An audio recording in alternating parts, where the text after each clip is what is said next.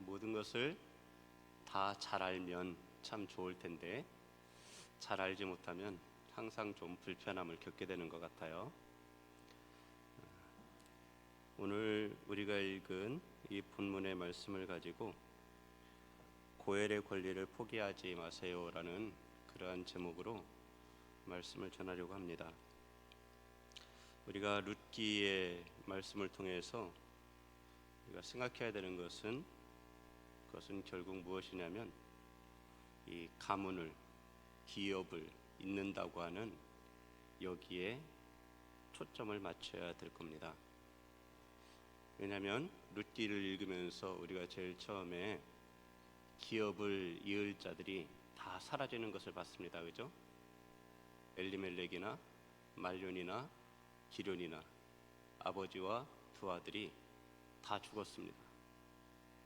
그리고 남겨진 세 과부, 그 가운데 둘째 며느리는 시어머니의 권유에 의해서 고향으로 돌아갔고, 그리고 첫째 며느리는 계속 어머니를 쫓아왔습니다. 그것이 룻의 신앙이었죠. 어머니의 섬기는 하나님이 자기 하나님이 되기를 원했고, 자신이 그 하나님의 백성이 되기를 원했습니다. 그래서 이 룻은 하나님의 날개 아래 그의 보호하심 아래 거하기를 원했죠. 그렇게 돌아온 시어머니 나오미와 룻이 베들레헴에서 생활을 합니다. 참 우연히도 이 보리 이삭을 주우러 나갔는데 그것이 마침 엘리멜렉의 형제 기업을 물을 자 중에 하나인 보아스의 밭이었고, 우연히도 룻은 보아스를 만나게 됩니다.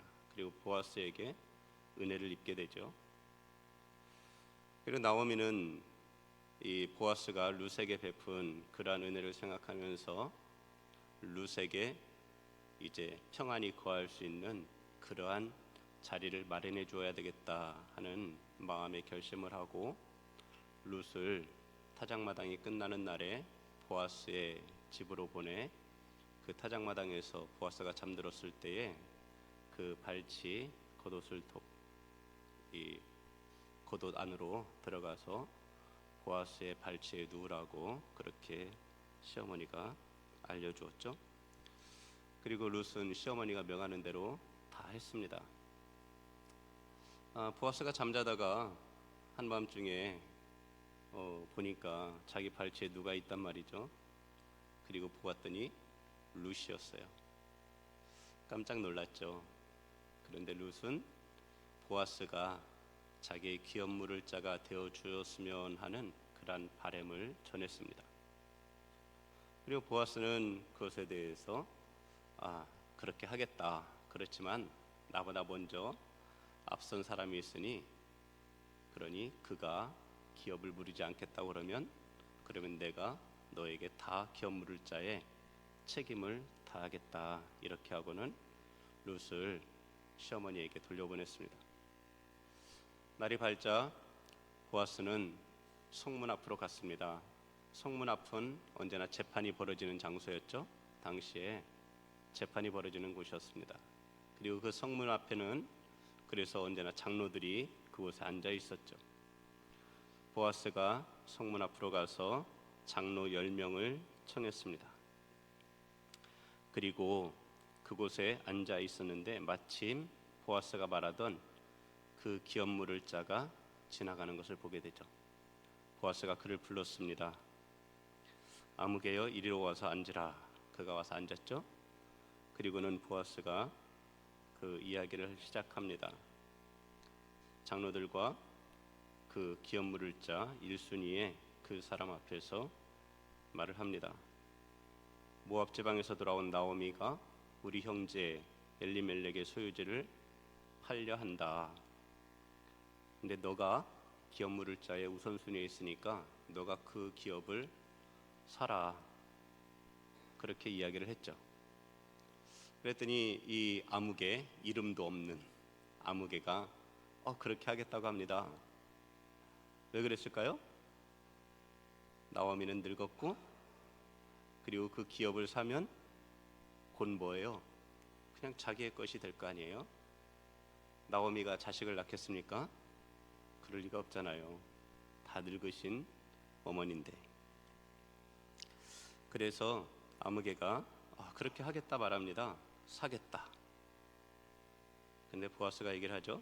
너가 물으면 물으겠지만 내가 물으지 않겠다고 하면, 그러면 그 다음은 나니까 내가 물으겠다. 처음에 이 아무개는 굉장히 좋았습니다. 그 엘리멜렉의 그 모든 소유가 자기의 것이 될 테니까요. 그랬는데 이 보아스는 처음부터 이 룻의 이야기는 하지 않습니다. 엘리멜렉의 이야기만 했죠. 그는 좋아했습니다. 그런데 보아스가 이어서 이야기를 하죠. 내가 나오미의 손에서 그 밭을 사는 날에 곧 죽은 자의 아내 모압 여인 룻에게서 사서, 그러니까 룻이 말론이 장자예요. 말론의 아내가 룻입니다. 룻에게서 사서 그 죽은 자의 기업을 그의 이름으로 세워야 할지니라, 이렇게 얘기를 했어요. 그랬더니 이제 갑자기 문제가 생긴 거예요. 그냥 나오미 그와는 그러한 그 계대에 그러한 문제도 없겠고 그냥 편하게 모든 것이 다 곧 내 소유가 될 것이라 생각을 했는데, 갑자기 젊은 여자 룻이 등장을 한 거예요. 그리고는 보아스가 하는 말이 룻에게서 사서 그의 기업을 이어줘야 된다, 이 얘기를 하는 거죠. 자, 여기서 이제 우리는 고엘이라고 하는 이러한 제도에 대해서 조금 더 생각을 해봐야 되겠습니다.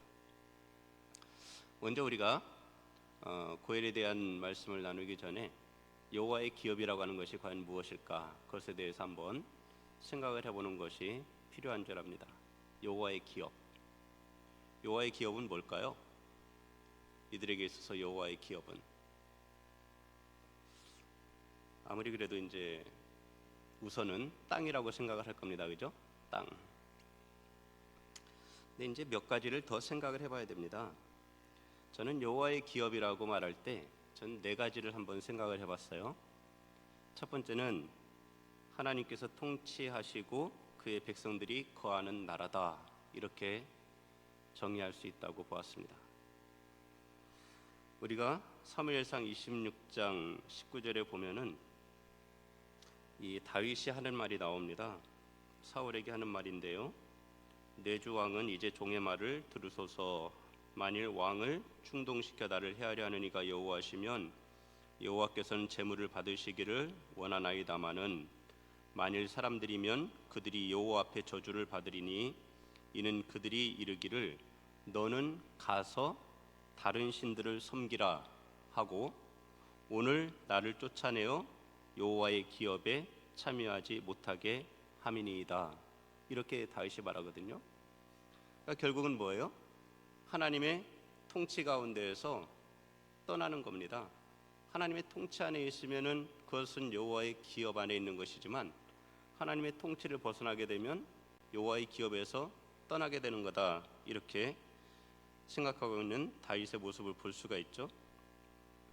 그리고 또한 그곳에서 쫓아내기 때문에 결국 그의 백성들, 하나님의 백성들이 거하는 이스라엘 그 땅에서 쫓겨나기 때문에 이 하나님의 백성들이 거하는 바로 그 땅이 그 하나님의 기업이고 그리고 그 나라라고 할 수가 있는 것이죠. 그래서 여호와의 기업은 하나님께서 통치하시고 그의 백성들이 거하는 나라다, 이렇게 먼저는 정의를 할 수가 있을 거예요. 두 번째는 여호와 하나님의 백성들이 거주하는 땅입니다. 약간 조금 의미가 다르죠. 그 백성들이 여호와 하나님의 백성들이 거주하는 땅입니다. 우리가 사무엘하 20장에 보면은 이제 요압이 다윗의 명을 받고 세바를 추격을 하게 되죠. 에브라임 산지 사람 비그리의 아들 세바가 다윗을 대적하여 일어났는데 그를 추격하여서 이제 쫓아갑니다. 그리고 한 성에 이르게 되죠.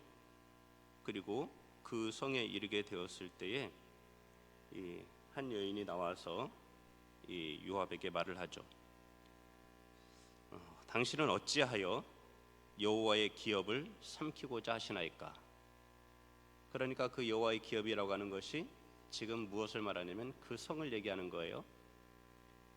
이 성이 바로 하나님의 백성들이 거주하고 있는 그 성을 자신들이 여호와의 기업이다 이렇게 여기고 있는 것이죠.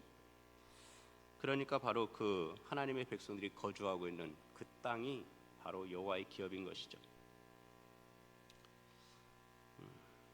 또 보면은 우리가 다윗이 이 이스라엘 땅에 3년 이어서 기근이 있게 되는 때가 있었습니다. 그때가 언제냐면 이 하나님께서 사울이 기브온 거민들을 죽인 그것으로 말미암아 기근을 주셨는데 바로 그때에 다윗이 기브온 사람들에게 나아가서 말을 하죠. 내가 어떻게 속죄하여야 너희가 여호와의 기업을 위하여 복을 빌겠느냐. 그러니까 바로 하나님의 백성들이 거하는 그 땅이 바로 이 여호와의 기업이다 이렇게 말할 수 있을 겁니다. 세 번째는 하나님께 속해 있는 자녀들이라고 볼 수가 있습니다. 우리가 시편 127편에 보면은 보라 자식들은 여호와의 기업이요 태의 열매는 그의 상급이로다 하는 말씀이 있는데 바로 자식들을 여호와의 기업이다 이렇게 말을 하고 있죠. 그 자식들은 하나님께 속해 있는 자녀들입니다. 하나님께 속해 있는 자녀들, 그들이 여호와의 기업이 될 수 있구나 하는 것을 시편은 우리에게 말해주고 있죠. 그리고 마지막으로는 여호와 하나님 바로 당신께서 기업이다 이렇게 말씀하시는 것을 볼 수가 있습니다. 민수기 18장에 보면은 여호와께서 아론에게 말씀하십니다. 너는 이스라엘 땅에 기업도 없겠고 그들 중에 아무 분깃도 없을 것이나 내가 이스라엘 자손 중에 내 분깃이요 내 기업이니라 이렇게 말씀을 하신단 말이죠. 그러니까 하나님께서 친히 기업이 되신다 이라는 것을 우리는 민수기의 말씀을 통해서 아론에게 하시는 하나님의 음성을 통해서 알 수가 있습니다. 바로 이 기업이라고 하는 것, 여호와의 기업, 이것을 되찾아주는 사람, 이 기업이 계속적으로 이어지게 하는 사람, 그 사람이 바로 고엘이라고 하는 사람입니다. 고엘, 기업을 물을 자. 고엘은 지난번에도 말씀을 드렸지만은 명사죠. 기업 물을 자, 대속자, 대신 보상하는 자 이러한 의미로 해석이 되는 단어입니다. 이것은 동사 가알에서 왔다 그랬죠. 가알이라고 하는 동사는 속전을 주고 구제하는 것을 말합니다. 대신 보상해 주는 것을 말합니다. 그러니까 결국 이 고엘이라고 하는 것은 가족이나 친족을 어려움에서 회복시키는 것, 이 일을 하는 사람, 그 사람을 고엘이라고 말할 수가 있을 거예요. 고엘 제도는 우리가 성경을 보게 되면 이렇게 나타나고 있습니다.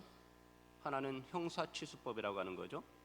형이 죽게 되면 그 동생이 형의 아내를 취해서 그래서 자식을 낳아서 형의 대를 잇게 하는 것입니다. 오늘날에는 이러한 것에 대해서 상당히 안 좋게 여기겠죠. 우리는 그런데 성경에서 이러한 것이 버젓이 행해지고 있는 장면들을 보게 됩니다. 우린 창세기 38장에서 이 다말이라고 하는 여인이 그 시아버지 유다와 동침을 하고 그리고 자녀를 낳아서 유다의 계보를 이어가는 장면을 보게 되는데요. 원래 다말이라고 하는 여인은 유다의 세 아들 중에 첫째 엘이라고 하는 그 장자의 아내였습니다. 그런데 이 엘이 다말과 결혼을 하고 자식을 낳지 못하고 죽은 거예요. 그랬더니 이제 어떻게 해요? 그 동생 오난이 형수를 취한 겁니다. 그리고 이 오난은 이제 형수와 동침을 해서 형수로 자식을 낳게 하고 그 아들로 하여금 형 엘의 그 기업을 잇게 해야 되는 책임이 있었죠. 그런데 이 오난이 어떻게 했냐면, 그렇게 되면은 실은 자기가 가져야 될 그러한 기업을 형의 아들이 가지게 될까봐 어떻게 하냐면 땅에다 사정을 하게 됩니다. 그리고 씨를 주지 않은 것이죠. 그랬더니 하나님께서 어떻게 하셨어요? 그 오난의 행위가 악했다고 보시고 그 오난을 쳐서 그를 죽게 하셨어요. 그러니까 둘째 아들이 죽은 겁니다. 유다가 볼 때에 엘이 죽었어요. 오난이 죽었습니다. 셋째가 셀라라고 하는 그 아들이 있었어요. 막내 아들이었죠. 근데 셀라는 아직 어렸습니다. 그랬더니 유다가 다말에게 너 친정집에 가서 수절하고 기다려라. 셀라가 장성하면 내 셀라를 주어서 너로 이 엘의 기업을 이을 아들을 얻게 해주겠다. 말하는 이러한 뜻으로 자기 며느리 다말을 친정집에 가서 수절하고 기다리라고 한 거예요. 근데 셀라가 점점 시간이 지나니까 어떻게 해요? 장성하는 거죠. 셀라가 자랐습니다. 그런데 유다가 셀라를 주지 않는 거예요. 왜요? 죽을까봐. 셀라도 죽을까봐. 어떤 연유로 죽었는지 알 수 없지만 유다는 알지 못했겠죠. 그렇지만 셀라도 죽을까봐 겁이 나서 셀라를 다말에게 주지 않았습니다. 다말이 보니까 자기 시아버지가 셀라가 장성했는데도 불구하고 자기를 다시 불러들이지 않는 거예요. 그래서 하루는 유다를 이 다말이 창녀의 복장을 하고 유다가 어디로 올라온다는 그런 말을 듣고는 그곳에서 기다립니다. 유다는 아내를 잃어버린 상처한 그러한 후죠. 그러니 유다가 이 변장한 다말을 창녀로 여기고 그리고 그에게 들어가서 그곳에서 이 동침을 했습니다. 그 후에 다말이 아기를 가지게 된 거예요. 어느 날 유다가 들으니 내 며느리 다말이 행음하여서 임신을 했다 하는 얘기를 들은 거죠. 그러니까 유다가 아주 대노를 했습니다. 그리고는 다말을 죽이려고 했죠. 그런데 유다가 이미 다말이 유다에게서 증표를 가지고 있었어요. 그를 죽이려고 사람들이 와서 붙잡아 가는데 그 증표를 꺼내는 것이죠. 유다에게 받아두었던.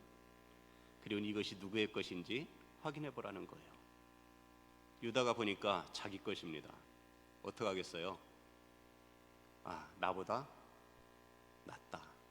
자기보다 낫다는 거죠. 자기는 두려워서 셀라를 그에게 주지 아니하고 엘의 기업이 끊어지게 했는데, 그렇게 할 뻔했는데 다말은 뭐예요? 엘의 기업을 잇기를 원했던 거예요. 유다의 장자권을 이어주기를 원했던 것이죠. 그 기업을 지켜주기를 원했던 거예요. 당시에 다말의 이러한 행위는 오늘날에는 시아버지와 동침을 했다 그러면 큰일 나죠. 난리 날 일입니다. 근데 다말에게 있어서 이것은 뭐예요? 음탕한 행위가 아니었어요. 이것은 그의 신앙이었습니다. 하나님의 기업을, 여호와의 기업을 잇고자 하는 그의 신앙이었죠. 그렇게 해서 다말이 쌍둥이를 낳게 됩니다. 쌍둥이를 낳는데 베레스와 그리고 세라라고 하는 이 쌍둥이를 낳습니다. 참 신기하죠. 먼저 세라가 나오려고 손을 밖으로 쓱 내밀었어요. 산파들이 세라의 손목에 붉은 줄을 메었습니다. 그랬는데 이게 웬일이에요? 손이 쑥 들어가더니 동생이 나와버린 거예요. 그게 바로 베레스예요. 그래서 원래는 먼저 세상 구경을 한 것은 세라인데 그의 손목에는 그래서 붉은 줄이 있었는데 동생이 먼저 나온 거예요. 그리고 유다의 계보를 누가 잇게 되냐면 베레스가 잇게 됩니다. 베레스가. 엘은 온데간데 없어요. 오난 없습니다. 유다의 셋째 아들 셀라 계보에서 등장하질 않아요. 누가 등장을 하냐면 베레스가 등장하는 겁니다. 유다는 베레스를 낳고. 다말의 행위를 성경은 이상한 음탕한 여자의 행위로 보지 않습니다. 이것은 신앙의 행위였어요. 여호와의 기업을 잇는다고 하는 것은 그들에게 있어서 그만큼 중요한 것이었습니다. 그 이름을 지켜간다고 하는 것은 너무나 중요한 거였어요. 여인들에게 있어서 이 계보를 이어준다고 하는 것은 그들에게 있어서 반드시 해야만 되는 그러한 일이었단 말이죠. 룻이라고 하는 이 여인은 어떤 마음일까요? 룻의 마음은 다말의 마음과 같았을 겁니다. 내 남편 말론의 기업을 이어야 되겠다. 그러한 신앙 안에서 여호와의 기업을 계속 이어주고자 하는 그 신앙으로 이 룻은 시어머니의 명령에 다 순종하며 따르는 것입니다. 보아스는 룻의 그러한 마음을 너무나 잘 알고 있었죠. 고엘 제도는 이렇게 형의 아내를 취해서 그 형의 장자권을, 형의 기업을 이어주는 그것이 고엘 제도입니다. 고엘 제도는 또 우리가 레위기의 말씀을 보게 되면 토지를 팔았다가 다시 찾아올 능력이 없을 때 친척이 그 판 토지를 무르고 돌려주는 것입니다. 그러니까 나오미가 그걸 팔고 나면 그것을 다시금 회복시킬 수 있을까요? 모든 것을 다 상실했는데 그런 날이 올까요? 올 수가 없을 겁니다. 고엘 제도는 세 번째로 이 가난하여 그 땅에 거주하는 하나님의 백성이 가난하여서 그 땅에 거하는 거류민이나 동거인, 그러니까 곧 외국인이겠죠. 그들에게 종으로 팔려갔을 때에도 가까운 친척이 고엘이 되어서 자기의 그 형제를 해방시켜 주어야 됐습니다. 그러니까 남의 종으로 팔려갔을 때 그걸 해방시켜 줄 책임이 고엘에게 있었단 말이죠. 그리고 또한 고엘은 복수자의 역할도 했습니다. 내 형제가 억울한 죽음을 당했다. 그러면 그것에 대해서 복수를 해줘야 되는 거예요. 그러니까 원수를 멸해야 되는 것입니다. 그것이 고엘의 역할이에요. 그러니까 고엘은 형사치수를 해서 계대를 이어줘야 되죠, 그죠? 두 번째는 땅을 찾아줘야 되죠. 세 번째는 종으로 팔려갔을 때 그의 신분을 다시금 회복시켜줘야 되죠. 네 번째는 뭐예요? 원수를 갚아줘야 되는 거예요. 이것이 고엘의 책임입니다. 그러면 한번 생각을 해보세요. 이 고엘이 된다고 하면 득이 많겠어요? 실이 많겠어요? 네? 고엘이 된다고 하는 거는 실이 많은 거예요. 훨씬 많죠. 그걸 누가 감당하겠습니까? 감당하기 싫어하겠죠. 오늘 본문에 등장하는 아무개도 굉장히 계산이 빠른 사람이죠. 그러니까는 룻까지 등장하지 않을 때에는 그냥 나오미에게서 그것을 내가 사면 그냥 우리의 기업으로 쭉 가겠구나 싶어서 그걸 내가 모르겠다 그랬는데 룻이 등장하고 그를 통해서 자녀를 낳아 그 자녀에게 그 말년의 기업을 이어줘야 된다. 그랬더니 이제 무슨 일이 생기는 거예요? 유다의 둘째 아들 오난이 어떻게 했어요? 자기가 형수를 취해서 다말을 취해서 아들을 낳으면 그 아들이 내 아들이 아니라 형의 아들이 될 것을 알고 오히려 땅에 사정을 했던 거거든요. 그러니까 내 아들이 아닌 거예요. 내 아들이 아니라는 얘기는 뭐예요? 그가 얻는 기업이 내 것이 아니라는 거죠. 오히려 나와 나눠 가져야 된다는 거예요. 그러니 어떻게 어떻게 지금 이 아무개가 룻을 아내로 취해서 그로 하여금 자식을 낳게 하고 그 자식으로 하여금 말론의 기업을 회복시켜서 그로 가지게 한다 그러면 어떤 일이 벌어지는 거예요?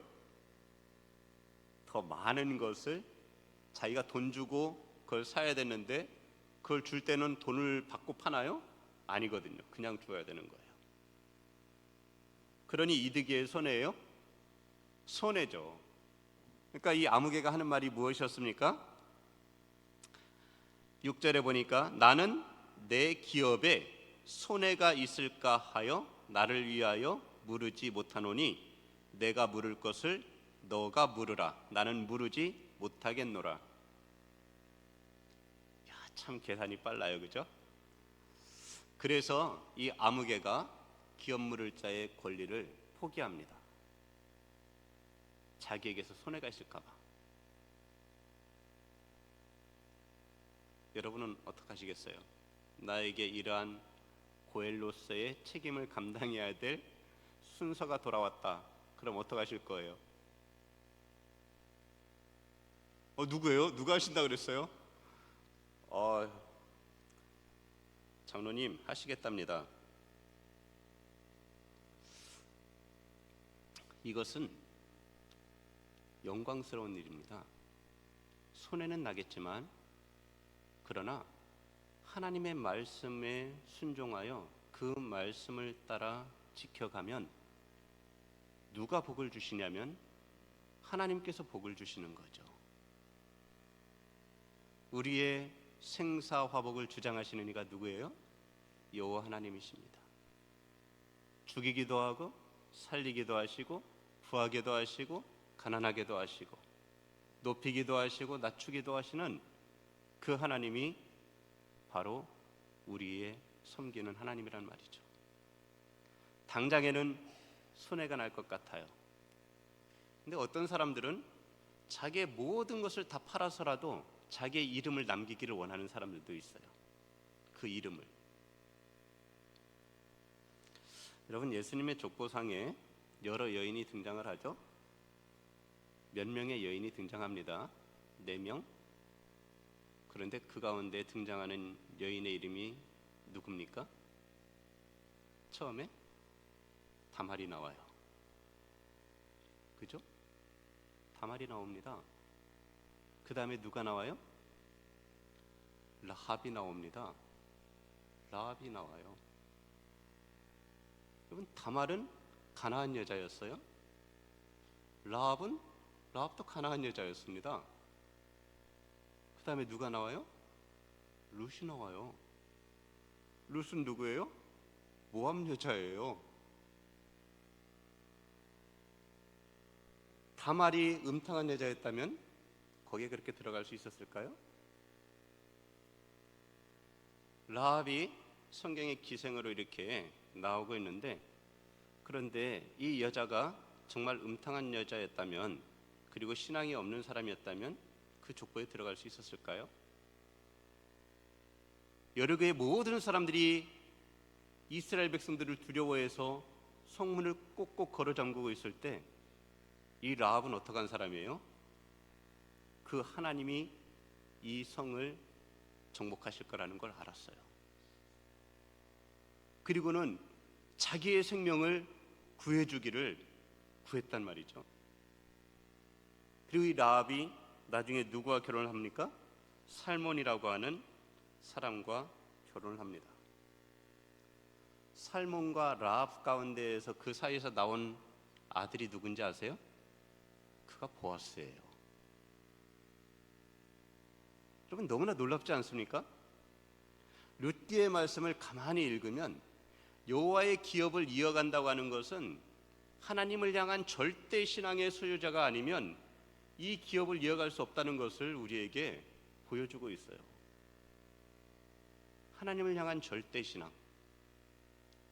어떤 사람들은 땅에 있는 것을 추구하며 그 땅에 있는 것이 손해가 날까 봐 이 고엘의 권리를 포기하고 자기가 조금도 손해를 보지 않으려고 하지만, 그런데 실은 하나님께 대한 절대 신앙을 가지고 여호와의 이름을 의지하여 살아가는 보아스 같은 사람이 오히려 더 유력한 자가 되고 축복을 받게 되고 그 이름이 유명하게 되는 것을 보게 됩니다. 하나님께서 그에게 복을 주시는 거예요. 그렇게 이제 우리가 룻기를 읽다 보면 참 고엘이라고 하는 이 제도를 하나님께서 주신 이유를 우리는 신약에 와서 더 깊이 발견하게 됩니다. 그 뜻을. 오늘 우리들이 어떠한 처지였는지를 한번 과거를 가만히 회상해 보시기 바랍니다. 우리가 어떤 처지에 있었습니까? 우리가 살던 땅은, 우리가 섬기던 이는 누구였습니까? 우리는 세상에 속하여 공중권세 잡은 자의 종이 되어서 그 가운데에서 살아가고 있었습니다. 우리는 하늘에 속한 자가 아니었습니다. 우리는 땅에 속한 자였어요. 우리를 주장하는 자가 누구였냐면 하나님이 아니라 사탄이었습니다. 우리는 그의 종이었어요. 그리고 우리에게는 하나님이 없는 사람들이었습니다. 하나님의 백성들이 거하는 땅 가까이도 가보지 못했던 그러한 우리들이었어요. 우리는 하나님의 자녀가 아니라 우리는 마귀의 자녀들이었습니다. 그래서 공중권세 잡은 자를 따랐고, 그리고 그가 우리에게 속삭이는 대로 우리의 모든 추구하는 것들이 땅에 속한 것에 한정되어 버렸던 그러한 사람들이 바로 우리들입니다. 우리 안에는 그래서 세상에 대한 욕심이 가득했던 사람들이죠. 이생의 자랑, 안목의 정욕, 육신의 정욕을 쫓아서 살던 것이, 그것으로 우리의 마음에 가득 채웠던 것이 바로 우리들이었습니다. 그런데 그러한 우리들을 하나님께서 고엘이 되시는 예수 그리스도를 보내셔서 우리의 이 모든 것을 다 어떻게 하신 거예요? 바꿔버리신 겁니다. 전에는 우리가 공중권세 잡은 자의 통치 아래 있었습니다. 그의 종으로 살고 있었습니다. 우리는 땅에 속하여 땅에 살고 있었습니다. 죄악이 관영한 땅이었습니다. 그리고 우리는 마귀의 자식들이었습니다. 그런데 예수님께서 우리를 완전히 바꿔버리신 거예요. 그분을 통해서 우리가 하나님의 통치 아래 들어가게 하셨습니다. 그분은 하나님의 나라를 이 땅에 가져오셨어요. 때가 찼고 이제 하나님의 나라가 임하는 것이죠. 그리고는 그분은 그 나라의 복음을 가지고서 많은 사람들을 당신께로 모으셨습니다. 그리고 자기에게 속하게 하셨어요. 그리고 자기에게 속한 그들을 하나님께 드렸습니다. 그분을 통해서 우리가 하나님의 것이 되었어요. 이제는 하나님의 것이 되어서 그분의 통치 아래, 하나님의 통치 아래 거하는 그의 백성이 된 것입니다. 그리고는 우리로 하여금 이 죄악이 관영한 이 땅에 발딛고 살아가고 있지만은 실은 이 땅 가운데에서 하늘의 길을 걸어가는 하나님의 사람들이 되게 하신 거예요. 여러분, 오늘 어느 길을 걷고 계십니까? 세상 길을 걷고 계십니까? 아니면 하늘 길을 걷고 있습니까? 여러분, 우리는 하늘 길을 걸어가는 사람들입니다. 비록 이 땅에 발을 딛고 있지만 천국 길을 가는 사람들이에요. 예수님께서는 당신을 믿는 자들을 하나님의 자녀가 되는 권세를 주셨습니다. 우리를 하나님의 자녀가 되게 하셨어요. 그리고 그분은 친히 우리의 기업이 되셔서 우리 안에 그분이 거하시게 되었습니다. 그의 영을 우리에게 보내셔서 우리 안에 거하시면서 우리를 영원한 하나님의 나라로 인도해 가고 계십니다. 우리 장로교회는 이 구원의 서정이라고 하는 것이 있습니다. 요즘은 구원의 서정을 하도 교리를 가르치지 않으니까 다 잊어버리셨죠. 전에는 알고 계셨죠. 구원의 서정은 이 9가지를 말을 하는데 첫 번째가 뭡니까? 첫 번째? 소명입니다. 우리를 부르신 거예요. 그리고 우리를 부르셔서 거듭나게 하셨습니다. 그리고 우리로 하여금 거듭난 뒤에는 죄에서 돌이키게 하셨어요. 전엔 땅의 것을 추구했으나 이제는 하나님 안에 있는 것을 추구하게 하셨어요. 우리의 모든 바라는 것이, 우리의 가치관이 전혀 달라지게 하셨습니다. 회심입니다. 그리고 온전히 주님만을 바라보게 하셨어요. 신앙입니다.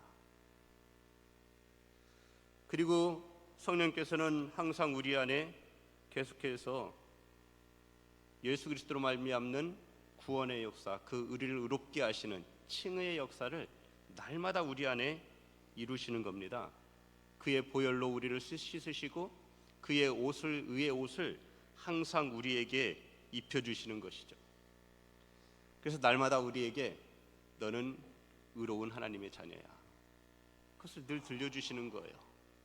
우린 여전히 이 땅 가운데 살면서 때로는 발에 오물을 묻히고 손에 더러운 것을 묻히고 옷에다가 묻히고 그러며 사는데도 성령께서는 그래도 너의 본질은 너는 그리스도 안에서 의롭게 된 하나님의 자녀야 라고 말씀하시는 거죠. 그리고는 우리를 하나님의 아들이라 불러주시는 겁니다. 양자죠? 입양이라고도 합니다. 그리고 우리로 하여금 날마다 그리스도 안에서 거룩함을 추구하게 하시는 거예요. 성화의 삶을 살아가도록 마음에 늘 새로운 결단을 하게 하시고 그 길을 향하여 걸어가게 하시는 것이죠. 이 일을 끝까지 지켜 나아갈 수 있도록 우리를 이끌어 주시는 겁니다. 성도의 견인이죠. 그리고 결국 우리를 하나님 앞에 설 때에 영화롭게 하시는 것입니다. 이 구원의 서정이 우리 안에 거하시는 그리스도의 영 성령으로 말미암아 우리에게 이루어지고 있는 것입니다. 이것이 임마누엘의 은혜죠. 하나님이 우리의 기업이 되신 겁니다. 이것이 누구로 말미암아 이루어졌다고요? 참 고엘이신 예수 그리스도로 말미암아 우리 안에 일어나는 것입니다. 우리의 대속자이십니다. 우리에게 여호와의 기업을 물러주신 자입니다. 그분이 예수 그리스도예요. 참 감사하죠? 여러분, 근데 오늘 우리도 예수 그리스도의 이 고엘 되신 예수 그리스도의 그것을 조금 흉내낼 수 있는 기회가 왔어요. 그 기회가 왔습니다. 그 기회가 언제일까요? 그 기회가 홈커밍 데이입니다. 그리고 오늘 전도회에서 나오셔서 진짜 전도를 하려고 하셨어요. 근데 전도용품이 준비가 안 된 거예요. 그래서 조금 실망을 하면서 가셨는데, 여러분, 전도하는 것이 우리가 고엘의 사명을 감당해가는 한 길입니다. 그들에게 여호와의 기업에 들어올 수 있는 길을 마련해 주는 겁니다. 우리에게 있는 물질을, 하나님이 주신 물질을 풀어서 내 경제적인 손해가 있더라도 그들을 위하여 사용하는 겁니다. 그러므로 우리가 그들을 하나님의 백성이 되게 하고 천국 길을 걸어가는 하나님의 자녀들이 되게 하는 그 역할을 우리들이 해나갈 수 있는 거예요. 주님은 우리가 그 일을 하기를 원하실 겁니다. 그리고 우리는 그 일을 할 수 있어요. 우리가 그 일을 하기로 결단하고 주의 도우심을 구한다면 주님께서는 우리 안에 거하시는 성령으로 말미암아 우리로 그 일을 감당하게 하실 것입니다. 성령은 오셔서 무엇을 하신다고 예수님께서 말씀하셨냐면, 보혜사, 그가 오시면, 성령께서 오시면 우리들 가운데에서 죄에 대하여, 의에 대하여, 심판에 대하여 증거하실 거라고 말씀하셨거든요. 이것이 무엇이죠? 곧 복음입니다.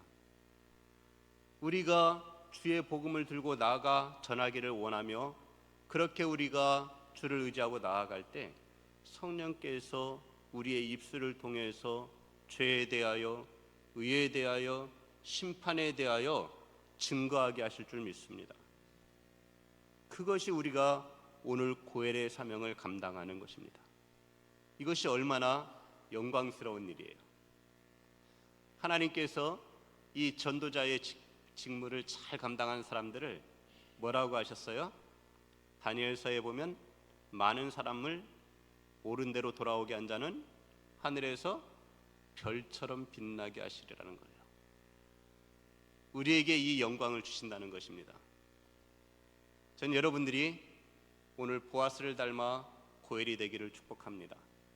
하나님께서 이것을 결단하고 또한 이것을 행하기를 원하는 여러분에게 하나님께서 함께 하시며 걸음을 인도하시고 은혜와 복을 더하여 주실 줄 믿습니다. 절대로 고엘의 권리를 포기하지 마십시오.